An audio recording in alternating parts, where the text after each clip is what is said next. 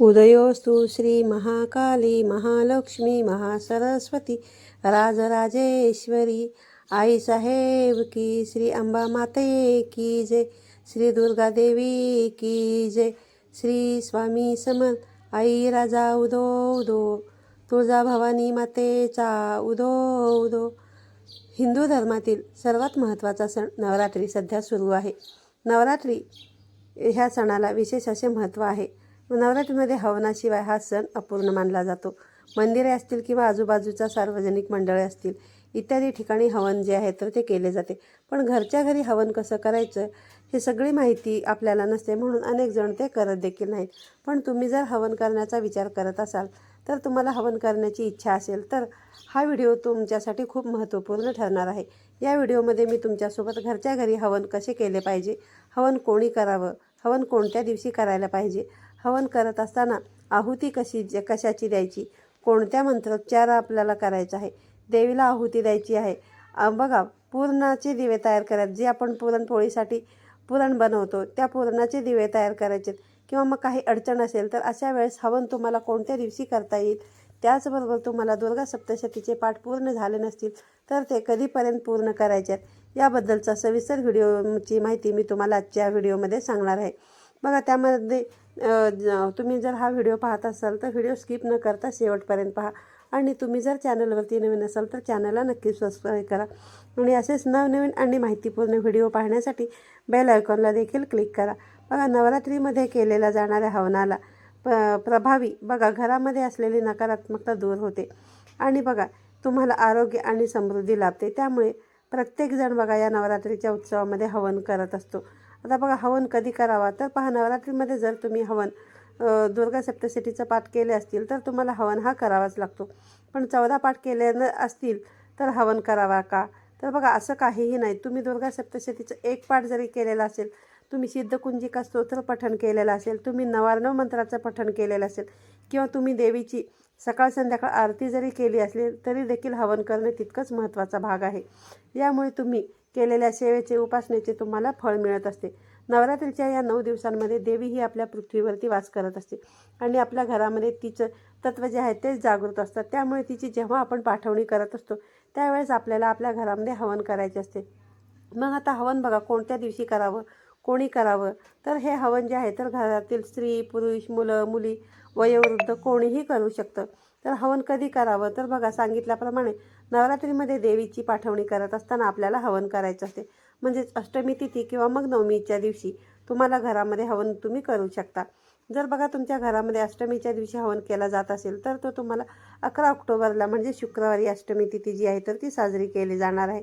त्यामुळे त्याच दिवशी तुम्हाला हवन जे आहे ते करायचे आहे, किंवा मग तुम्ही 12 ऑक्टोबर रोजी म्हणजे शनिवारी घरामध्ये हवन करू शकता।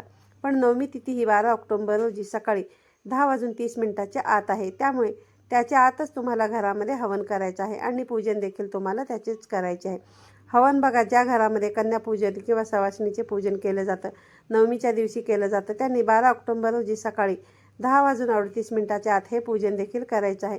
त्याचबरोबर बघा, तुम्हाला पुरणाचे दिवे देखील तयार करायचे आहेत। हे असे तुम्ही 21 दिवे तयार करू शकता, किंवा मग पुरण बघा एका तामणामध्ये बघा घ्यायचं, आणि त्याच्यामध्ये तुम्ही पुरण जे आहे ते थापू शकता, आणि त्याच्यामध्ये तुम्हाला 21 जे होल करायचे आहेत, आणि त्याच्यामध्ये तुम्हाला शुद्ध गाईचंच तूप टाकायचं आहे, आणि त्याच्यामध्ये एक एक फुलवात घालायची आहे, आणि ही 21 दिव्यांनी तुम्हाला देवीची आरती करायची आहे। तुम्ही घरामध्ये दुर्गा सप्तशतीचा एकच पाठ केलेला असेल किंवा 14 पाठ केलेले असतील तरीसुद्धा तुम्हाला फक्त सकाळ संध्याकाळ आरती केलेली असेल तरी देखील बघा तुम्हाला पुरणाचे दिवे जे आहेत ना त्या पुरणाच्या दिव्याने देवीची आरती करायची आहे। आणि बघा आता अष्टमी किंवा नवमीच्या दिवशी तुम्हाला घरच्या घरी हवन कसं करायचं आहे हे आता आपण जाणून घेऊया। तर बघा, हवन करण्यासाठी तुम्हाला जिथे तुम्हाला हवन करणार आहे त्या ठिकाणी एक चवरंग टाकायचा आहे, त्यावरती एक लाल रंगाचं वस्त्र अंथरायचं आहे, आणि त्याच्यावरती आपल्याला हवन कुंड ठेवायचं आहे, आणि आपल्याला त्याच्यावरती बघा देवीचं हवन करण्याचा साचा असतो ना तो ठेवायचा। त्यानंतर मग त्याच्यावरती आपल्याला बघा तांदळाने एक स्वस्तिक देखील काढायचं आहे। कोणत्याही शुभ कार्याची सुरुवात आपण जेव्हा करत असतो तेव्हा बघा स्वस्तिक हे शुभचिन्ह काढूनच आपण याची सुरुवात करत असतो। आजूबाजूला तुम्ही रांगोळी देखील काढू शकता। तर बघा, हे स्वस्तिक जे आहे ते तुम्हाला काढायचं आहे तांदळाने, आणि त्याच्यावरती आपल्याला हवन कुंड ठेवायचं आहे। आपल्याला स्वस्तिक हे शुभचिन्ह काढायचं, आणि त्याच्यावरती आपण हळदी कुंकू अक्षता वाहून अर्पण करायचे आहेत. आणि बघा हे जे तांदूळ जे आहेत ना ते नुसते पांढरे तुम्हाला ठेवायचे आहेत. त्यामुळे त्याच्यावरती तुम्हाला हळदी कुंकू जे आहे ते त्याच्यावरती वाहून घ्यायचं आहे. आणि बघा हवन सुरू करण्यापूर्वी अग्नी प्रज्वलित करायचे. कारण बघा कोणतीही सेवा करत असताना आपण ज्यावेळेस उपाय करत असतो ना तो नेहमी आपण अग्निदेवतेच्या साक्षीनेच करत असतो. म्हणून मग तुम्हाला दिवा देखील प्रज्वलित करायचा आहे. तुम्ही दिवा तेलाचा घेऊ शकता किंवा तुपाचा घेऊ शकता. तुमच्याकडे जो दिवा आहे तो तुम्ही घेऊ शकता आणि तो दिवा तुम्हाला प्रज्वलित करायचा आहे. आणि बघा दिव्याचं देखील आपल्याला हळद कुंकू लावून पूजा करायची आहे. कारण कोणतीही सेवा ही अग्नीच्या साक्षीनेच होत असते. म्हणून मग ती अगदी साधा दिवा जरी प्रज्वलित केला आणि त्याचं दिव्याचं पूजन केलं तरीसुद्धा चालेल. दिव्याला हळदी कुंकू अर्पण करून त्यानंतर मग आपल्याला हवनाला सुरुवात करायची. तर हवन करण्यासाठी तुम्हाला तांब्याचं हवनकुंड वापरू शकता किंवा पत्र्याचं सुद्धा मिळतं ते सुद्धा तुम्ही वापरू शकता. त्याच्यामध्ये सुरुवातीला तुम्हाला थोडीशी माती घ्यायची आहे आणि तुम्ही छोटंसं हवनकुंड भेटतं बाजारामध्ये ते हवनकुंड तुम्ही आणू शकता. आणि तुमच्याकडे जर हवनकुंड नसेल तर बघा मग तुमच्याकडे जे आहे ते बघा धातूचं सुद्धा तुम्ही घेऊ शकता. काही हरकत नाही. कुठलंही घेतलं ना तरीसुद्धा चालेल. बघा कारण धातूमध्ये ऊर्जा खेचून घेण्याची क्षमता ही जास्त प्रमाणामध्ये असते. त्यामुळे जर तुम्ही हवनकुंड घेणार असाल तर धातूचं घ्या. आणि जर तुमच्याकडे हवनकुंड नसेल तर मग तुम्ही एखादं ताम्हण घेऊ शकता. आणि ताम्हण जे तुम्ही वापरू शकता बघा. ताम्हण म्हणजे तांब्याचं बघा तुम्हाला ते घ्यायचं आहे. आणि हवनकुंड किंवा मग हवनकुंडासाठी तुम्ही त्या ताम्हणाचा वापर करत असो. हवनकुंड असं त्याच्यामध्ये थोडीशी माती पसरायची आहे आणि खाली माती टाकून घ्यायची. आणि त्यामध्ये बघा आपल्याला हवन पेटवण्यासाठी काही वस्तू लागणार आहेत. त्यासाठी बघा आपल्याला घ्यायचं आहे गाईच्या शेणाची गोवरी घ्यायची आहे. ती विकतसुद्धा भेटते. कारण आता सध्या काही आपण शहरामध्ये राहतो त्यामुळे आपल्याला काय गाईचं शेण वगैरे मिळत नाही. जर तुम्ही खेड्यागावामध्ये राहत असाल तर आणि तुमच्या घरी जर गाई असतील तर तुमच्याकडे गाईची गोवरी अगदी घरपोच मिळून जाईल.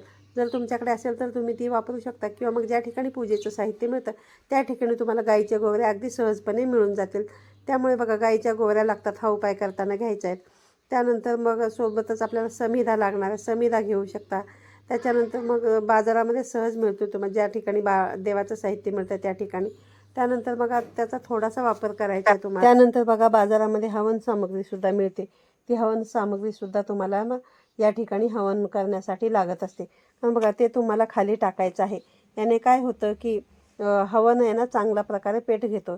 यामुळे काही शुभ काही गोष्टी ज्या आहेत तर त्या घडत असतात.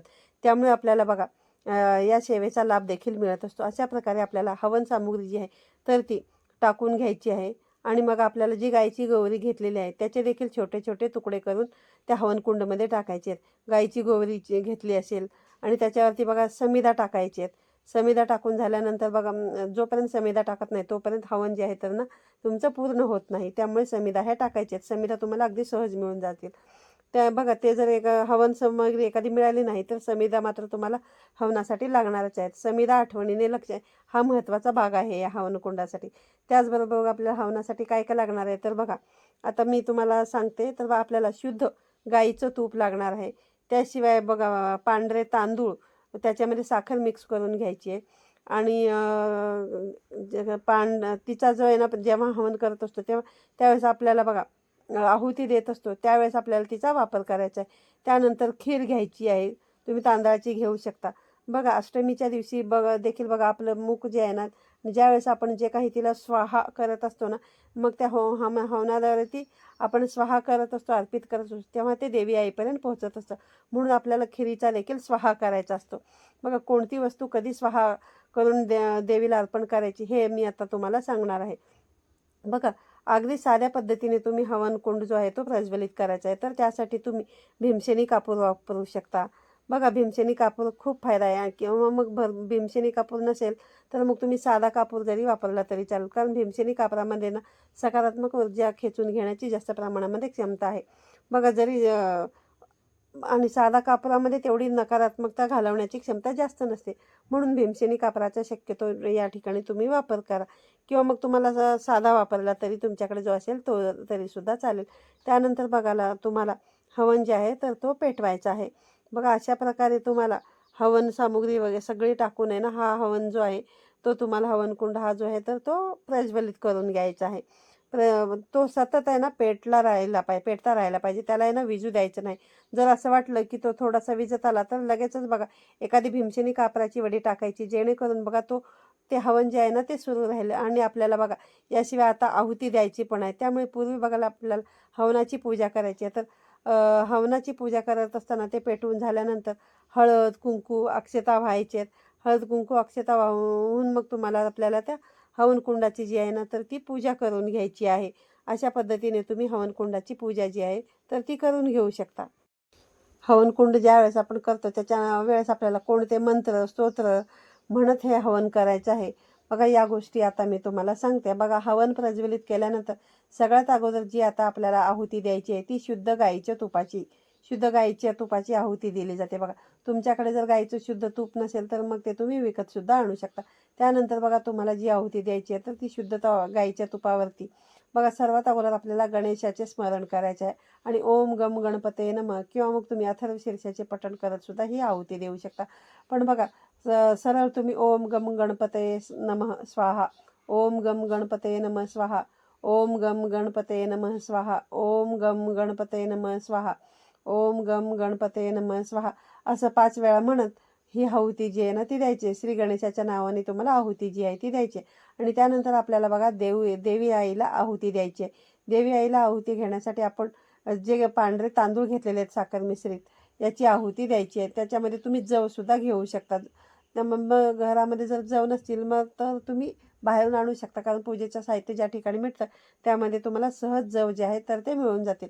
बघा घरी असतील तर ती तुम्ही अष्टमीच्या दिवशी आणून हे सर्व करू शकता. आणि सगळं मिक्स करून तुम्हाला आहुती जी आहे तर ती द्यायची. आहुती देताना बघा तुम्हाला जे आपलं अंगठा मध्यमा आणि ते तर्जनी आहे या 3 बोटानेच आहे ना तुम्हाला आहुती जी आहे तर ती द्यायची असते. आहुती देत असताना बघा तुम्हाला कोणते मंत्र म्हणायचे हे आता मी तुम्हाला सांगते. दुर्गा सप्तशतीचे पाठ तुम्ही केलेले असतील तर बघा पाठ करत असताना तुम्ही हवन करू शकता. मग दुर्गा सप्तशतीचे पाठ जर तुम्ही केले असतील तर मग तुम्हाला पाठात्मक हवन जो आहे तर तो करावा लागतो. या ठिकाणी तुम्हाला दुर्गा सप्तशतीचे पूर्ण पठण करावं लागतो. आणि प्रत्येक ओवीनंतर तुम्हाला आहे ना एक ओवीला आहुती द्यावी लागते. आता हा हवन करण्यासाठी तुम्हाला खूप वेळ लागू शकतो. 2 ते 2.5 तास लागू शकतात. कारण तुम्हाला वाचायचंही असतं आणि आहुतीही द्यायची असते. मग तुम्हाला तसं जर जमत असेल तर तुम्ही तसं करू शकता. जर तुम्ही 14 पाठ केले असतील तर मग तुम्ही 14वा पाठ जो आहे तो म्हणजे अष्टमीच्या दिवशी तुमचा 14वा पाठ जर पूर्ण होणार असेल तर मग तुम्ही 14वा पाठ जो आहे तो हवनात्मक करू शकता. आता बघा तो पाठ वाचत असताना कसा वाचायचा तर बघा पहिला अध्याय जो आहे आधी सगळं जसा देव्या कवचम वगैरे जे आहे ते सगळं आपल्याला पठण करून घ्यायचं आहे. त्यानंतर मग बघा पहिल्या अध्यायापासून आपल्याला आहुतीला सुरुवात करायची आहे. दुर्गा सप्तशतीचा जो अध्याय पहिला आहे त्यामध्ये बघा पूर्ण वाचून झाल्यानंतर ओम श्री ओम नमः चंडिकाय नमः ओम ऐं मार्कंडेय उवाच असं म्हणत मग तुम्हाला या 3 बोटांनी मी सांगितलं जी बोटं त्या बोटाने आहुती द्यायची. आणि स्वाहा म्हणून मग परत तुम्हाला मग थोडे पुढचे ओवी वाचायचे आहेत आणि मग तुम्हाला पुन्हा आहुती द्यायचे. सुरेतने सावरणी मनू बोलती आठवा उत्पत्ती कथा त्याची विस्तार सांगतो ऐक स्वाहा असं म्हणायचं आहे आणि हे करायचं.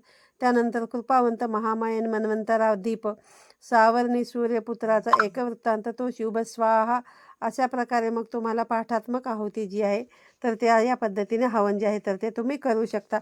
सांगितलं जसं तसं तुम्ही करू शकता. दुर्गा सप्तशतीचं पाठात्मक हवन करू शकता. पण हे हवन करण्यासाठी तुम्हाला 2 ते 2.5 तासाचा वेळ जो आहे तर ते लागू शकतो. हे हवन करण्याची इच्छा असेल तर तुम्ही नक्की करू शकता. अजूनही जर समजा तुम्ही एकही दुर्गा सप्तशतीचा पाठ केला नसेल तर तुम्ही अष्टमीच्या दिवशी पाठात्मक हवन जे आहे तर ते तुम्ही नक्की करू शकता. आता बघा ज्यांना दुर्गा सप्तशतीचं पाठात्मक हवन करणं शक्य नाही त्यांनी हवन कशा प्रकारे करावं तर बघा तुमच्याकडे नित्यसेवेचं स्तोत्र मंत्र पोथी असेल ना तर त्याच्यामध्ये तुम्हाला श्रीसूक्ताचं पठण करत तुम्ही जे आहे ना तर मग तुम्ही आहुती देत देवीला देऊ शकता. त्यासाठी तुम्हाला काय करायचं तर बघा श्रीसूक्त पठण करायचं. हरि ओम हिरण्यवर्णा हे जे पठण करत मग तुम्हाला आहुती जी आहे तर ती द्यायचं आहे. त्यानंतर मग प्रत्येक ह्याला आहे ना तुम्हाला आहुती द्यायची आहे. त्याला पण परत जात वेदो लक्ष्मी मनपगामिनी हिरण्यविंदेव पुरुषम स्वाहा असं करत अश्वपूर्वरत मध्य हस्तिनाद प्रभुने श्रियं देवी मुपः श्रीमादेवी जोषिताः स्वाहा. अशा प्रकारे मग श्री सुक्तमचं पठण करत करत सुद्धा हे हवन जे आहे तर ते तुम्ही करू शकता, हवनामध्ये आहुती देऊ शकता. यासाठी तुमचं हवन जे आहे तर ते अर्ध्या तासाचा वेळ लागू शकेल. तुम्हाला जर पठण करता येत नसेल तर मग तुम्ही श्रवण करत सुद्धा स्वाहाकार जे आहे ते करू शकता. पण ह्या हवनाला ना स्वाहा म्हणणं हे अतिशय महत्त्वाचे आहे. कारण जेव्हा आपण हे करत असतो तेव्हा देवीने जे आपलं मुख जे आहे ना तर ते उघडलेलं असतं. त्यामुळे स्वाहा हा शब्द उच्चारणं खूप महत्त्वाचं आहे. त्यामुळे ज्यावेळेस आपण या हवनामध्ये आपण स्वाहा करत असतो ना, म्हणजे काही अन्न करत असतो, जे काही अर्पण करत असतो ते देवीपर्यंत पोहोचत असतो आणि आपली देवी ते ग्रहण करत असते आणि आपली जी सेवा आहे ती देवीपर्यंत जी आहे तर ती पोहोचत असते. त्यामुळे मग तुम्ही श्रीसूक्त किंवा मग दुर्गा सप्तशतीचं पाठात्मक हवन करून सुद्धा हवन जे आहे तर ते करू शकता. किंवा मग तुम्हाला जर हे दोन्हीही शक्य नसतील तर मग तुम्ही अगदी सोप्या पद्धतीने हवन जे आहे ना तर ते कसं करायचे ते सांगते. देवीचा प्रिय असलेला मंत्र बघा, कुलदेवीचा जो मंत्र आहे तो 99 मंत्र. ओम ऐं ह्रीं क्लीं चामुंडाय विच्चे स्वाहा. ओम ऐं ह्रीं क्लीं चामुंडाय विच्चे स्वाहा. ओम ऐं ह्रीं क्लीं चामुंडाय विच्चे स्वाहा. ओम ऐं ह्रीं क्लीं चामुंडाय विच्चे स्वाहा. ओम ऐं ह्रीं क्लीं चामुंडाय विच्चे स्वाहा. असं म्हणत तुम्हाला 108 वेळा या हवनामध्ये हे असं म्हणत म्हणत तुम्हाला आहुती द्यायची. ओम ऐं ह्रीं क्लीं चामुंडाय विच्चे स्वाहा. ओम ऐं ह्रीं क्लीं चामुंडाय विच्चे स्वाहा. ओम ऐं ह्रीं क्लीं चामुंडाय विच्चे स्वाहा. ओम ऐं ह्रीं क्लीं चामुंडाय विच्चे स्वाहा. असं म्हणत म्हणत तुम्हाला जे आपण साखर, जव, तांदूळ हे जे मिक्स केलं होतं हे असं मग तुम्हाला 108 वेळा जे काही घेतलेलं आपण तांदूळ, साखर, तीळ, जव त्याची आहुती आपल्याला देवीला द्यायची. त्यानंतर मग आपण जी काही खीर घेतली होती तिची सुद्धा देखील आहुती आपल्याला अष्टमीच्याच दिवशी देवीला द्यायची आहे. तर ती कधी द्यायची ते बघा, सगळ्यात शेवटी ती आहुती द्यायची. आणि ती आहुती देत असताना आपल्याला कोणता मंत्र म्हणायचा आहे पहा, नवार्णव मंत्र म्हणायचा आहे. तुम्ही जर दुर्गा सप्तशतीच्या पाठात्मक हवन करून झालं की मग सगळ्यात शेवटी तुम्हाला 11 वेळा नवार्णव मंत्र म्हणायचं आहे. आणि मग ते जे खीर आहे त्या खिरीची तुम्हाला आहुती द्यायची आहे. आणि मग जर तुम्ही नवार्णव मंत्राचं पठण करत हा हवन कुंड प्रज्वलित केला तर त्यामध्ये तुम्हाला बघा नवार्णव मंत्राचं पठण करत आहुती दिलेली आहे. तर मग सगळ्यात शेवटी तुम्हाला बघा तुमचे 8 किंवा मग 11 वेळेस तुम्हाला नवार्णव मंत्र म्हणायचा राहिला असेल त्यावेळेस मग तुम्हाला खिरीने जी आहे तर ती आहुती द्यायची आहे. आणि मग थोडी थोडीच टाकायची आहे, कारण मग हवन जो आहे तर तो विझू शकतो. त्यामुळे अगदी थोडं थोडं टाकत मग तुम्हाला ती आहुती द्यायची. ओम ऐं ह्रीं क्लीं चामुंडाय विच्चे स्वाहा. ओम ऐं ह्रीं क्लीं चामुंडाय विच्चे स्वाहा. ओम ऐं ह्रीं क्लीं चामुंडाय विच्चे स्वाहा. ओम ऐं ह्रीं क्लीं चामुंडाय विच्चे स्वाहा. ओम ऐं ह्रीं क्लीं चामुंडाय विच्चे स्वाहा. ओम ऐं ह्रीं क्लीं चामुंडाय विच्चे स्वाहा. ओम ऐं ह्रीं क्लीं चामुंडाय विच्चे स्वाहा. अशा प्रकारे तुम्हाला ना खिरीची जी आहुती जी ती हवनकुंडामध्ये द्यायची आहे. आणि बघा अशा प्रकारेच अष्टमीच्या दिवशी हवन जो आहे तर तो करायचा असतो. अष्टमीच्या दिवशी जर करणं शक्य नाही तर मग तुम्ही नवमीच्या दिवशी देखील करू शकता. कारण यावेळेस नवमी आणि दसरा जो आहे तर एकाच दिवशी आलेला आहे. आणि नवमी जी आहे ती बघा दसऱ्याच्या दिवशी 10:30पर्यंतच आहे. त्यामुळे 10:30च्या आतच तुम्हाला हा जो हवन आहे तर तो करावा लागणार आहे. आणि बघा जर तुम्ही नवमीच्या दिवशी तुम्ही कन्यापूजन करणार असाल तर ते देखील तुम्हाला सकाळी 10:30च्या आतच करावं लागेल. पण तुम्ही शुक्रवारी ही जर सेवा केली तरच खूप चालेल. कारण शुक्रवार बघा हा देवीचा वार आहे आणि अष्टमी बघा ही शुक्रवारी आलेली आहे योगायोगाने. त्यामुळे तुम्ही हवन करण्याची इच्छा असेल तर मग तुम्ही शुक्रवारीच करू शकता. आणि बघा त्याचे जे काही लाभ आहेत ना ते तुम्हाला होतील.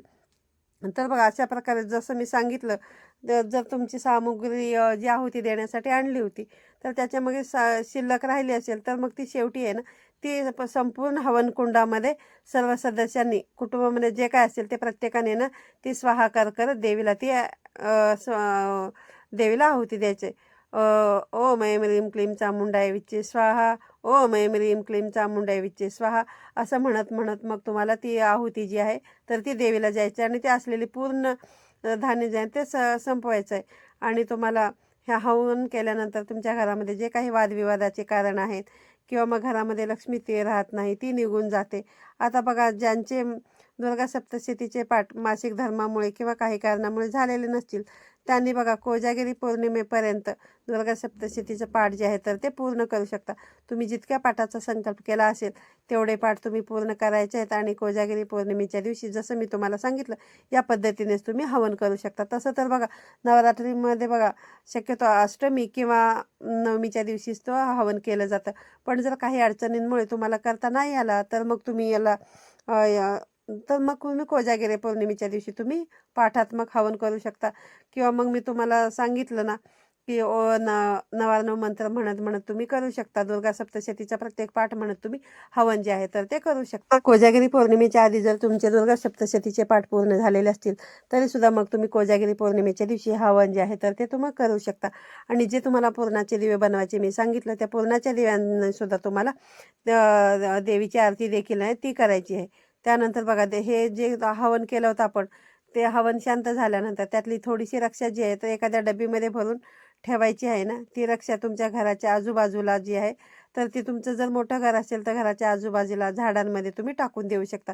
त्यामुळे देवीचं संरक्षण कवच जे आहे तर ते तुमच्या घरामध्ये तुमच्या घराच्या आसपास निर्माण होईल. आणि जर तुम्ही अपार्टमेंट सिस्टममध्ये जर तुम्ही राहत असाल तर मग झाडाच्या कुंडीमध्ये थोडी थोडी रक्षा जी आहे तर ती टाकू शकता. आणि जी बाकीची शिल्लक राहील मग ती तुम्ही पाण्यामध्ये देखील प्रवाहित करू शकता. यामध्ये बघा खूप सकारात्मक ऊर्जा असते ह्या रक्षामध्ये. ती सकारात्मक ऊर्जा आहे ना तुमच्या घराला प्रत्येक नकारात्मक ऊर्जा वाईट शक्तीपासून वाचवण्याचं काम करत असते. तर बघा सगळी माहिती मी तुम्हाला आजच्या व्हिडिओमध्ये शेअर केलेली. हवन कसं करायचं, हवनाला साहित्य काय लागतं हे सर्व मी तुम्हाला सांगितलेलं. तुम्हाला आणखीन काय जर मला विचारायचं असेल तर ते तुम्ही मला कमेंटद्वारे विचारू शकता. त्याचं मी तुम्हाला उत्तर देण्याचा प्रयत्न करेन. पुन्हा भेटूया अशाच एका नवीन आणि माहितीपूर्ण व्हिडिओमध्ये. तोपर्यंत सर्वांना श्री स्वामी समर्थ.